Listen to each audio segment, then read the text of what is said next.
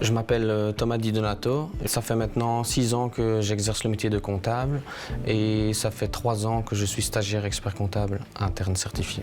Je suis responsable comptable Benelux pour les sociétés du groupe Murprotec. Murprotec est une entreprise qui traite les problèmes liés à l'humidité dans les maisons, puisqu'on traite 95% de notre clientèle sont constitués de particuliers. On est à 48 employés à peu près sur la Belgique.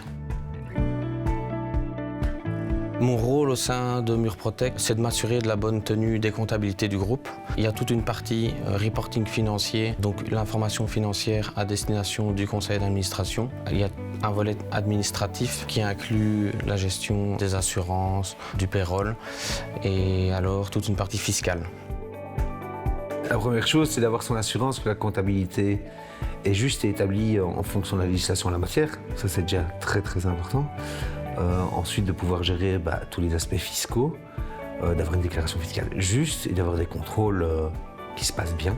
Et ensuite, de pouvoir nous conseiller au mieux financièrement. Et en plus, comme l'Institut leur donne une obligation de formation permanente et que la législation, elle bouge continuellement. Je pense qu'année dernière, M. Roseau avait publié qu'il y avait plus de 3000 amendements ou modifications législatives. Bon, de par sa formation, on est toujours up to date, si je peux utiliser l'expression.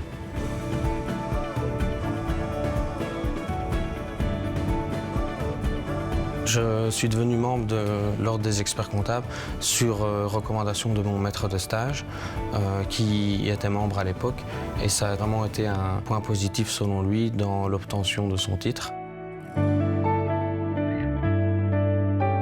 C'est très bénéfique, ça me permet de suivre des formations de qualité, d'être à jour, d'élever mon niveau professionnel in fine. Concernant ma position et le fait que j'exerce la comptabilité en interne au sein d'une PME, ça me permet, entre guillemets, de briser l'isolement qu'il peut y avoir ici et de vraiment rencontrer d'autres professionnels du chiffre, faire de ce qu'on appelle du networking et d'avoir un échange de bonnes pratiques. C'est vraiment le soutien financier et ça permet de se focaliser sur le business, par exemple sur les ressources humaines, ce qui prend de plus en plus de temps dans l'entreprise, etc.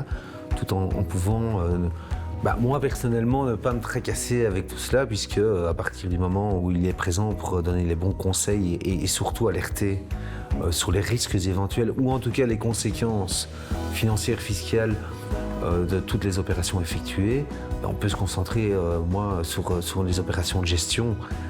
Et en plus, il peut participer parce que si on a un plan de développement commercial pour développer l'entreprise, il est là pour voir, un, qu'on peut le financer et deux, pour poser les conditions dans lesquelles l'opération doit se réaliser.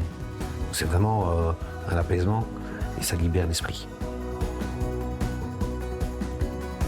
Dernièrement, j'ai travaillé sur un projet sur la création d'une nouvelle société, une nouvelle filiale, donc de A à Z, où il a fallu établir les plans financiers, il a fallu faire des calculs de rentabilité, faire toutes les démarches administratives, ouverture de compte bancaire, création du numéro d'entreprise. Un autre projet intéressant, c'était le développement d'un nouveau webshop sur le Benelux, où là, je suis intervenu plus pour la partie facturation et TVA, s'assurer que les facturations électroniques soient bien gérées, que le traitement de TVA s'applique correctement. Comme autre avantage, en tant que jeune stagiaire, on peut bénéficier d'un prix sur un logiciel de notre métier. Il y a également bien sûr tout l'accès aux formations à prix réduit. Ce qui est intéressant pour les stagiaires, c'est vraiment les formations thématiques, les pratiques de stage qui sont vraiment orientées stagiaires, orientées pratiques, avec des orateurs de qualité et qui connaissent généralement les petites faiblesses des stagiaires, donc ils nous poussent vraiment à corriger ces points faibles.